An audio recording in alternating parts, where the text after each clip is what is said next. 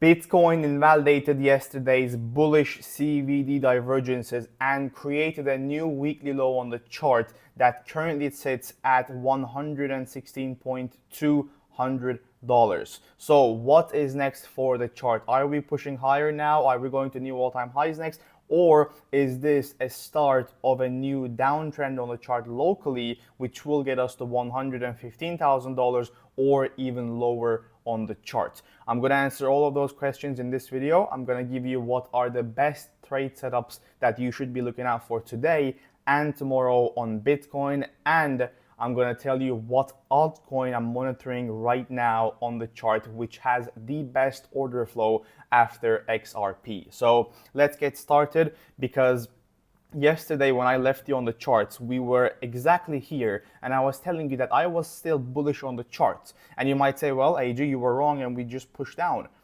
You'd be correct. I was wrong with my stance, and the statistics basically failed me with this one. And I can say that confidently, because what I do at this point, you might know as well, is I play the statistics, which basically means that I will be right more times than I will be wrong, and I will make more money when I'm right than when I'm wrong. So this case is when we have a bullish divergence on the chart and the chart still looks bullish, but we were unable to create new highs. Does that happen often? No, it doesn't. But when it happens, you can't just be like, oh, this system doesn't work. So I'm going to tell you why I was bullish, and then I'm going to tell you when I actually started to consider that we are likely to push lower on the chart, because I was actually able to change my stance as we were pushing up to this lower high on the chart. So let's go back to Exocharts and analyze what happened yesterday. Now, I left you on the chart around here, and this was the order flow that we were looking at. I'm going to make you realize one thing about the chart here, which is that you can see that the chart doesn't have increasing open interest, right? We started the open interest right here at $1.4 billion, $1.54 billion, and at the high we had $1.52 billion. So that is a $20 million decrease in open interest. However, what was getting my interest at this point was that when we see these sudden increases in open interest like this,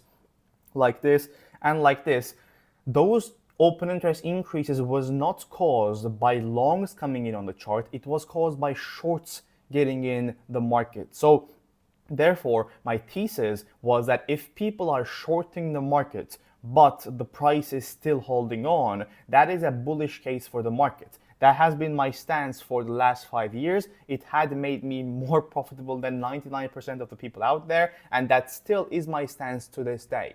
Will that fail me sometimes? Yes, it will. It's a system. It can't win all the time, but I'm going to tell you why I was bullish so that you can understand why I don't change it, because it makes sense mentally. So here we can see that at the lows of the chart, if I can move this, that would be great. Well, maybe I can do this and come back. Doesn't look like it. I think I have to do this, and you have to stick with me with this one. So now we are back, and let's go through one more time where we were at. So right here on the chart. So I want you to look at one more important thing here, which is that at the lows, we talked about it yesterday as well, we had a negative $14.4 million of delta.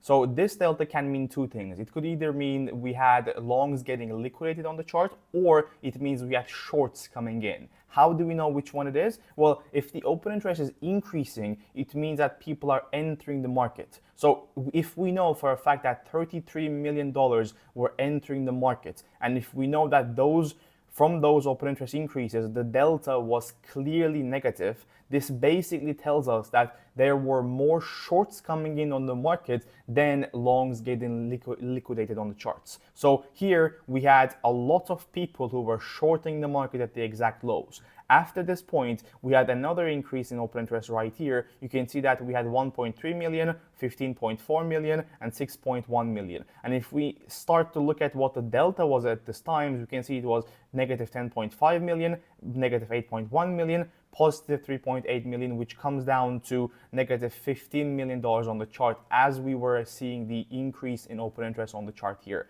Another example right here, we had $17.5 million of open interest increase with negative $6 million of delta, and again with this candle here as well, negative $2.5 million of delta with $5.9 million of open interest increase. So there was a clear way of understanding that there were bullish absorption going on yesterday on the chart. And at this point, when you are seeing bullish absorption after hitting an important level on the chart, like that daily MPOC level that we had from last week, what usually ends up happening is we end up pushing higher on the chart.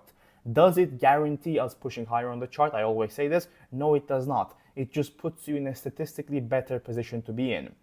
However, when this happens, I was still bullish, as I said. When did I change my bias and when did I start to become a bit more bearish on the chart was when we were putting these highs right here. And the reason that was the case was because after putting in this high and after putting this low right here, at this point, the last thing you want to see is a change in absorption.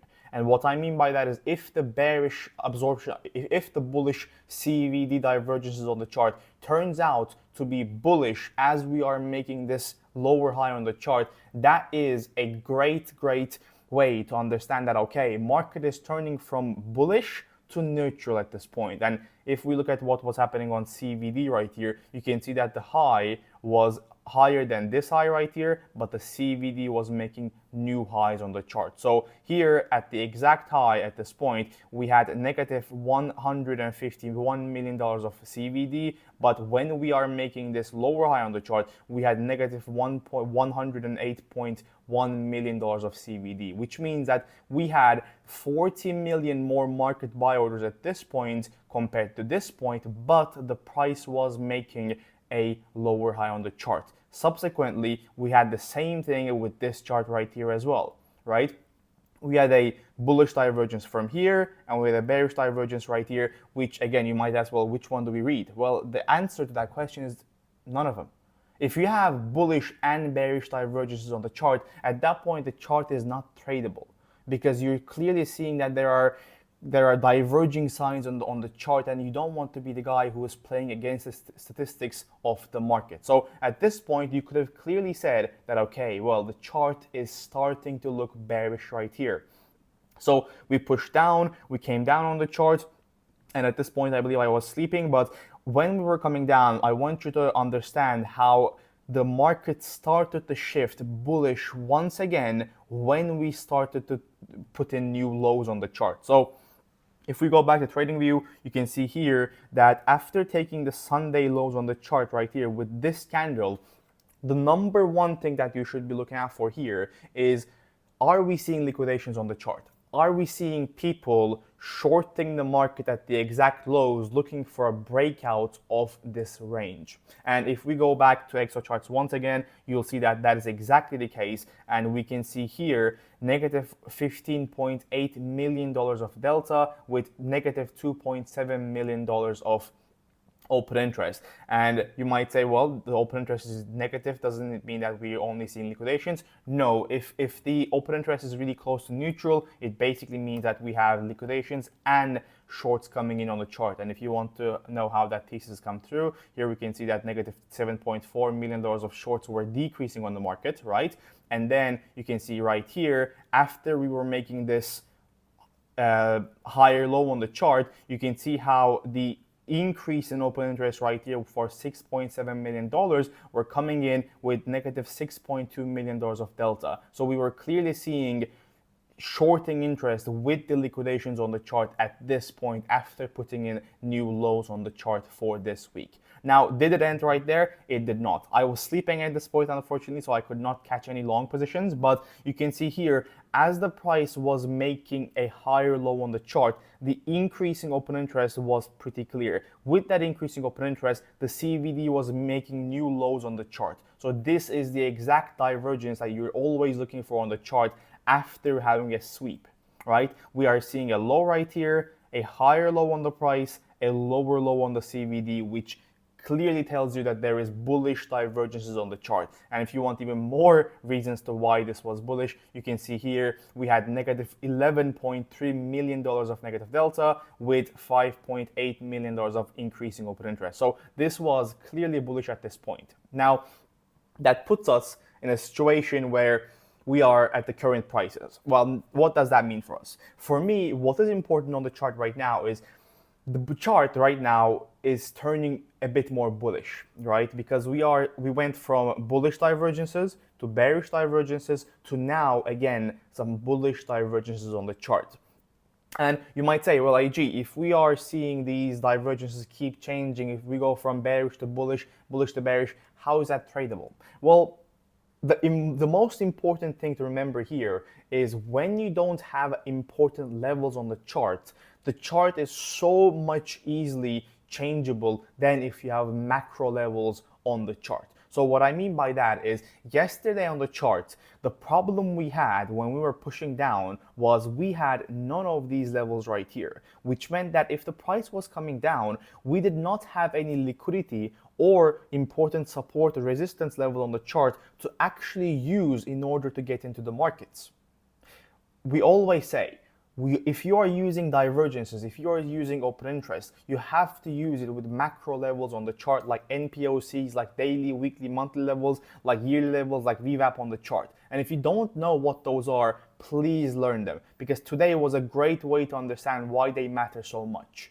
Right? When you're putting in these higher lows on the chart, if you are not hitting an important level on the market, if you're just randomly putting in a pivot right here, the chances of that pivot getting broken through is much higher than if that level is a naked point of control. Right? If you don't know what those levels are, please go to our WAP and learn about them. We have 9 hours of education right here about value areas and point of control, about daily, weekly, and monthly levels, about Exocharts, about Delta, CVD, open interest, all of these things that you need about how to trade ranges are inside the tag team. Learn these, because even if you know how to use CVD, if you don't know when to use it, it will not be useful for you. And yesterday was a great example of that.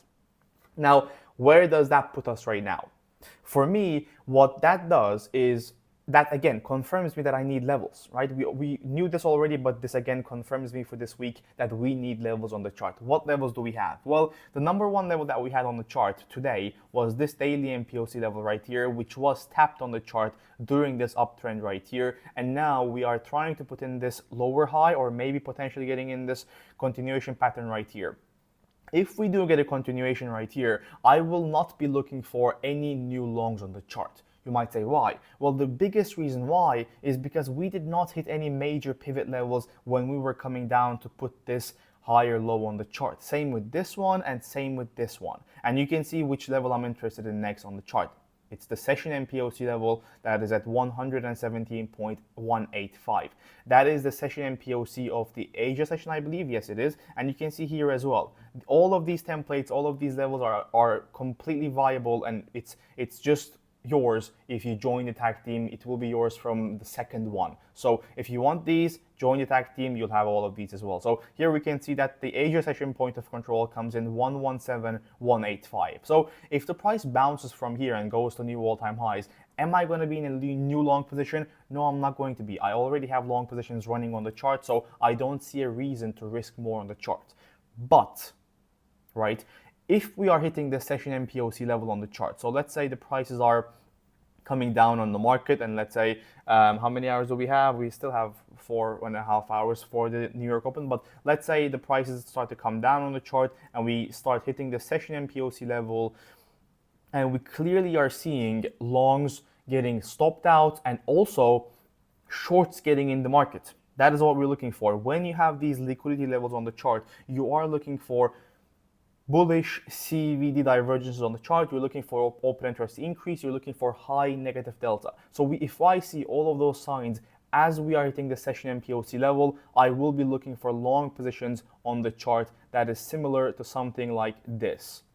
All right, I'm going to be taking that long from session MPOC with the divergences and with increasing open interest, and I'm going to be looking for these highs next on the chart to put in a new Monday high, or I mean not Monday high, but new weekly highs. But also my main target obviously are these week highs on the chart right here. So this is the position that you should be looking at for today. If it comes in, I will be on on Discord, I will be letting my team know if I'm taking that position or not based on the order flow. You can again take this position to new all-time highs as well if it allows you to. So if you take the position and the price decides to push higher on the chart, you might end up holding for new all-time highs on the chart as well. So that is my number one position for today and tomorrow on the chart.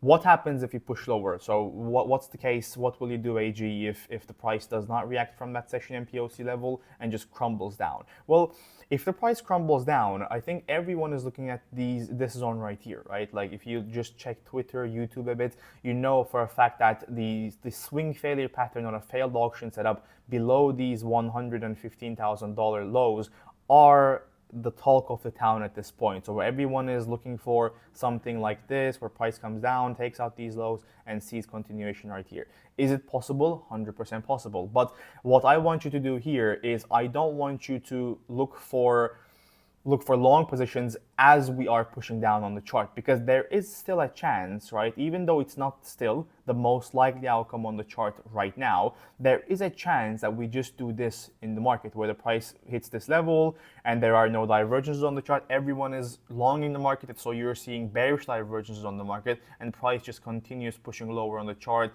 and just puts in new lows. So you don't want to be in a position where you're just in a losing position for multiple days. If you want to avoid that, what you can do is just like we always talk about. Wait until the level is hit. Wait until there is the reclaim of the previous low that you're failed auctioning from. So below this low right here, now we are reclaiming that low. And after we are above that low right here, now you can start looking for long positions right here. There might be a session MPOC level laying there. There might be a daily level. There might be a VWAP level that is laying there. But once you're hitting those levels right there, your stop loss becomes really close as well, which allows you to take high leverage positions and also allows you to not risk a lot on the chart as well, because at this point you're only risking 1% for a potential gain of 6.47%. So that's why I'm always telling you that when we are breaking down from a range, please wait until there is a range reclaim and there is clear signs of bullish absorption on the market. So those are my two positions that I'm looking for the cases where we are clearly seeing some bullish absorption on the charts. What happens if we start pushing higher from here? So that is the third case that could happen, right? Today, tomorrow, what happens if we just don't push down here, we don't hit the session MPOC, and we just continue going higher? Am I going to be looking for short positions right now on the chart? Oop, not that one. But let's see, we have this one. And am I going to be looking for shorts right now on the chart? Well, the answer is no. The reason I'm saying a no is because of a setup that I love to use, and the setup that is coming from Jim Dalton, which is the PDV setup, previous day's rule, or 80% rule as some of you might know it. It's the setup where we have these ones right here, and I'm going to open them up for you to see as well, where we have the daily open right here, we have the yesterday's value area low and yesterday's value area high right here.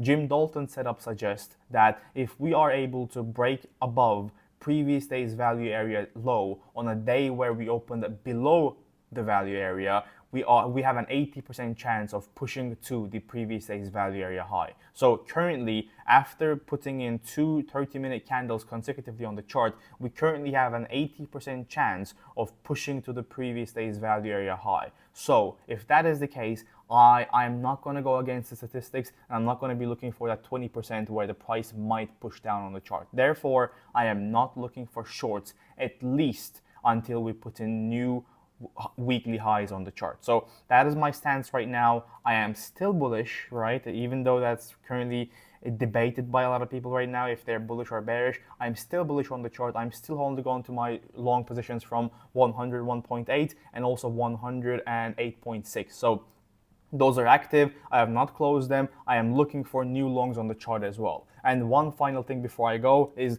what is the best altcoin on the chart right now? Well, the answer after XRP is Pepe. Pepe has great order flow on the chart, has great levels laying right here, a weekly naked point of control at 0.013399, and also a time point of control sitting at 0.13065. Also has beautiful open interest and just the chart looks really good on the market. You can see that the open interest is pushing higher consistently, and the CVD is making new lows on the chart. So there is clear bullish absorption on the chart as well. And if Bitcoin is able to push higher, I truly believe Pepe will have a great run for this week as well. So that is the chart I'm monitoring. If you want my trade setups, if you want to see live updates when prices are hitting important levels like these ones right here, if you're interested in understanding if I'm taking these longs or not, join the tag team. That's where I'm going to be. And one final thing before I go, I said I have one final thing, but one final thing is if you join the tag team today or tomorrow, you'll be able to come in with us to the BitGets KCGI 2025. This will be a practice for us for the BYBIT World Series of Trading in October, and it only requires $100 in future assets, and it starts again in 3 days. Most of the members will join this, and we'll take this as a learning experience where everyone will take trades, share their trades, and we'll make sure that we grow as a team and understand how we can trade professionally without actually full porting on every single trade. If you're interested in this, if you want to know my exact positions in this challenge, I mean, I'm not going to say challenge, but you get what I mean. If you want to know what we do when this team formation opens up, join the team and join our army with this one as well. Thank you so much for listening to me. Please leave a like. I like making these videos. I like seeing your support as well. We have seen an increase in the amount of likes lately. So thank you so much for that. And yeah, please leave a like, leave a comment if you have any questions. And I will see you either on my next YouTube video, on Twitter, or inside the tag team. Bye-bye.